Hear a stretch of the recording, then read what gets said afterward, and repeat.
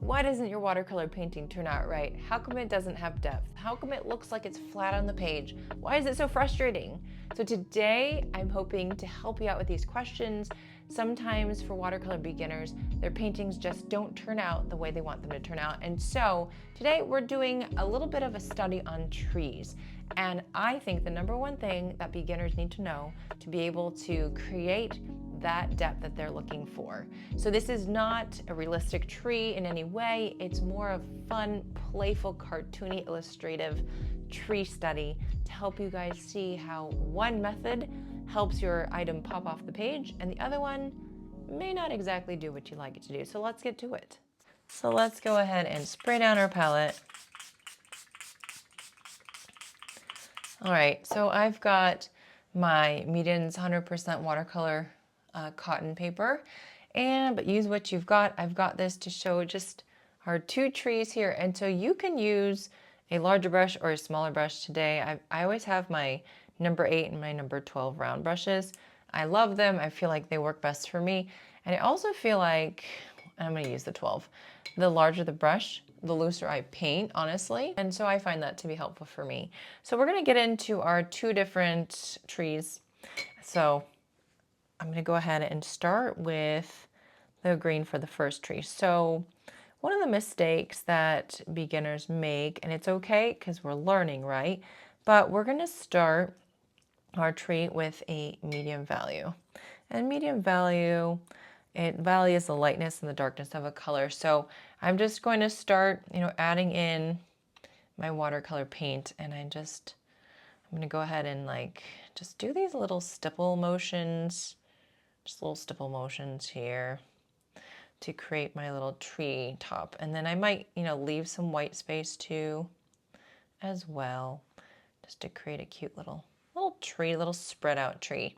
So let's go ahead and go over here too. It's always hard to know how much space to leave for here and over here so that we can have it all just kind of even, right? But it doesn't have to be even. It doesn't have to be. That's just my brain trying to make it complicated. All right, so this tree is spread out really nicely. I've done a little stippling here. And I do find, painting quickly just helps with that looseness. The big brush helps with the looseness, and then the quick painting just helps me not to overthink or think too much, in some cases. So I've got my lovely little tree spread out pretty good, and maybe a little bit more over here. And then I'm going to take my smaller brush, and so I've gone with a medium value, and then with my my brown, my tree trunk, I always like to use maybe my burnt sienna, which is this, but it's always it's just not as dark as I'd like, but it's good. I usually tend to add something to darken it. So I'm going to use my Payne's Gray, which is a nice navy color. So I'm just darkening that up already. Okay, a nice warm brown color. All right, so I'm going to go in and make my tree trunk. So I like to just keep the brush, really loose in my hand. I'm going to add in some little thin branches here and there, kind of spinning off from where we're at, and just start going down like this to create my trunk. Okay, and so this is not a realistic tree, but it is a fun, maybe illustrative tree. Just the way that I like to make this trees, and I've got the little stump there. All right, and then maybe we have another branch that comes off from here and attaches, and it's pretty dark, so I can't really do a lot with it at this point, and that's the thing. So the tree is fine, it's good, but I can't really do a lot of value shifting, so really making it very realistic. If I wanted to add some darker in for some shadow, I can't quite do that. It's a cute little tree, but let's just try. So we'll take some of my sap green, and we're going to then darken it up with that Payne's Gray so I can get some shadow while it's still wet. See what I can do. So kind of, add in, maybe dab it, add in some darker here and there, just kind of different value changes. Because you have shadows, right? You have shadows that show up in your trees depending on where the light is. And, you know, the light shines through the branches. But if I've already gone so dark, it's just kind of hard to make that contrast between the dark and the light. So we can try, and we can kind of mix stuff around and just have a lot of fun with it, but it might be a little frustrating to get a little bit more realistic look for it. So I'm going to go ahead and dab my brush, and actually going to take off some of that color a little bit. I can get some value shift with that. Get a little bit lighter on the top if it's too dark, but still it's a little bit difficult. So just kind of comparing different ways to do things in our little billowy tree. Little cutie patootie. If I want to, I can actually take a little more of that brown, dab my brush so I don't have a puddle on there, and then I can put in just a few little like branches sticking through. Kind of makes it more realistic wherever there's white space. Just a little bit, okay?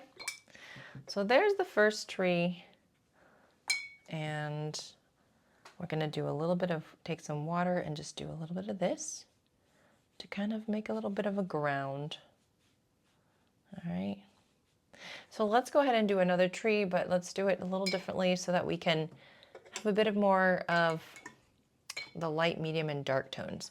So I'm going to take my paint. I've got this one that's it's a green gold, and I've got so much on my palette, so you can always take your paper towel and you can dab. You can take away some of that if you feel like there's so much. I've never seen it so clean for such a long time. I always let the colors blend together. So I've got this beautiful green gold, all right? So it's really light and it's also glowy. It already looks like it's shining bright from the sun. Okay, so we're gonna do the same type of thing. We're just gonna go ahead and just dab our brush around. You know, again, leaving a little white space here and there and making sure we're making our little happy little tree. So I'm just kind of thinking about it. Now it's really bright, right? And it maybe looks like it's too intensely bright, but I think it's gonna work well for what we're trying to do today, okay? So I just wanna see a little comparison between two different ways that you can do this. So I'm trying to slow down. I know I'm pretty fast. You can always pause the video if you need to catch up. Just gonna do a similar shape here. A few little white spots here and there. You know, trees are just so organic and bumpy, lumpy, and they don't have a perfect shape to them.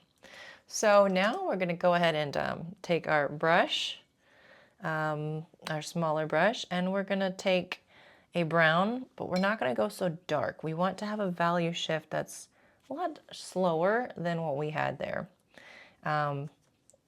Light, medium, and dark. So I've got this beautiful burnt sienna here. And with my trunk, I don't always do like light, medium, dark. Sometimes I just do a medium and a dark, or light and dark, I should say. But you just play around with it and see what you like. So we're just gonna go really light for all intensive purposes. And again, holding that brush really loosely, starting to create this really kind of wonky trunk. A little bit of roots coming out as well.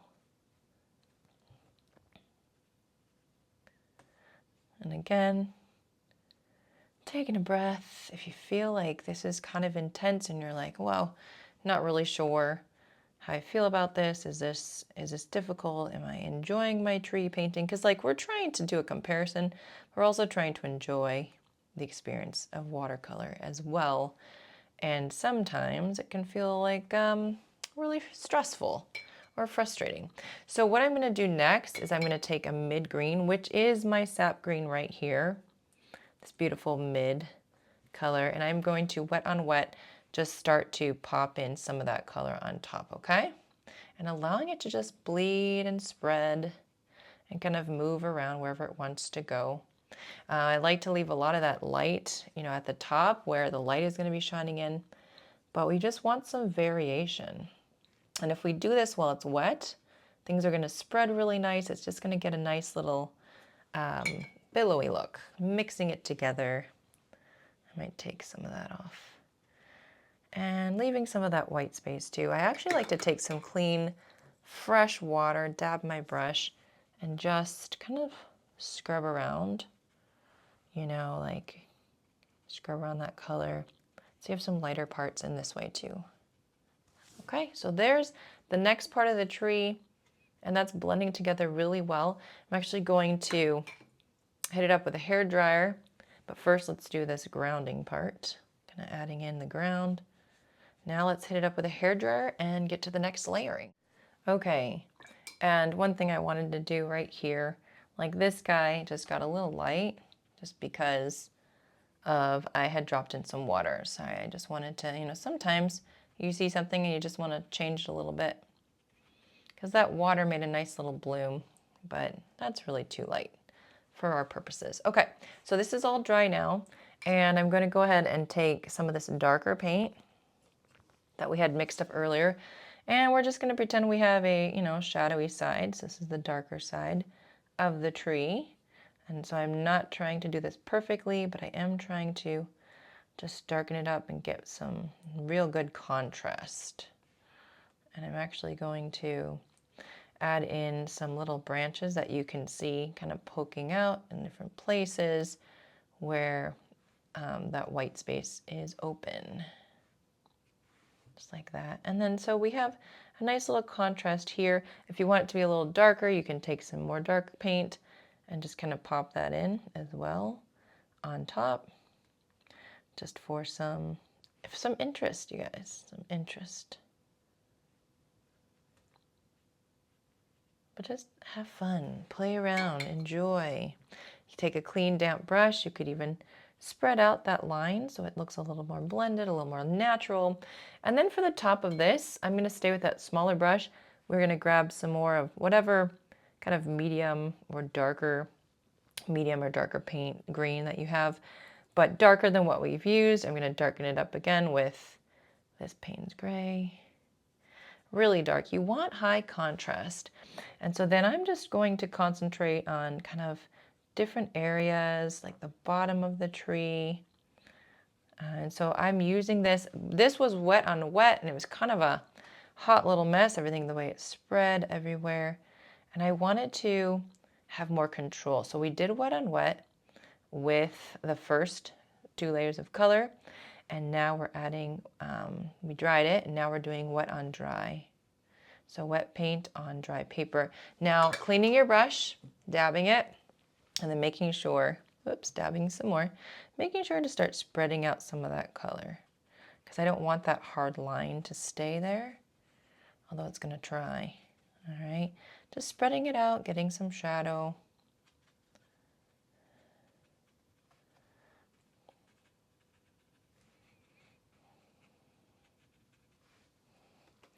And I'm not done yet, though. I just wanted to do a little bit here, a little bit there.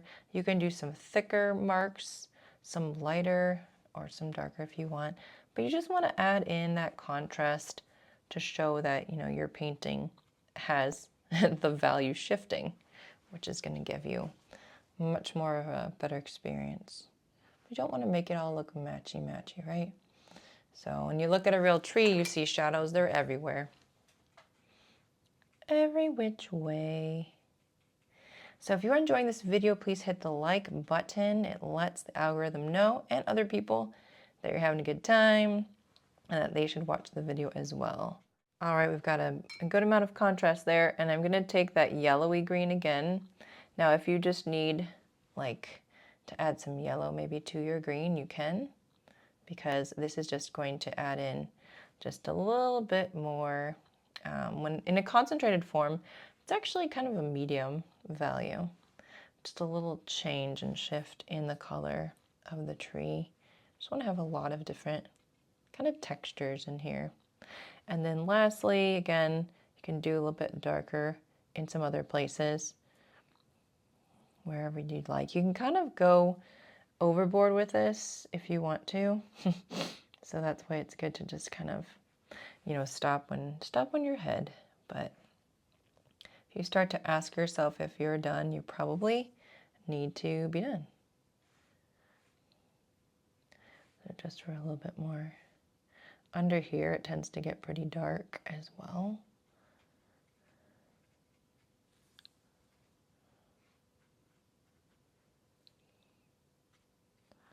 So you can kind of think about, how you want your tree to show up and how you'd like to paint them. And, maybe this way is more of your favorite, and maybe this way is more of your favorite. But the whole point is to try to do those light, medium, and dark layers to build up your colors slowly. And it's just a fun way to get that pop that sometimes with beginners, it's really hard to do. Friends, I'm so glad that you painted the trees with me today, and I really hope you had fun. Let me know in the comments if you'd like to see more videos on trees or landscapes, because I definitely would like to get into that more often. I also want to remind you I have a free watercolor workshop this coming Monday, always linked below. So click on the link to sign up for that. We're gonna have so much fun painting flowers. And also I have something very exciting. Dun, da, da, da. I have a brand new watercolor art course and sketching course that's coming out very soon. So the link is down below if you want to get on the wait list, but it's learning how to paint watercolor landscapes, learning how to paint watercolor sketches, sketching objects in real life and photos, as well as working on watercolor leaves and painting some watercolor single flowers and bouquets as well. It's an 8-hour course, brand new content you've never seen before. I've been working on it so much. And so I'm really excited. It's going to be launching very soon, but if you get on the wait list down below, you will get access to a very big discount when it launches. Above and beyond everything you do, I encourage you to find some time for you, to relax, to find peace, and to encourage yourself to make the time to re-energize. Because if you take time to paint or create, it helps you to be able to have the energy you need to flow with the rest of your week. So thank you so much for joining us. Happy painting and happy mental health.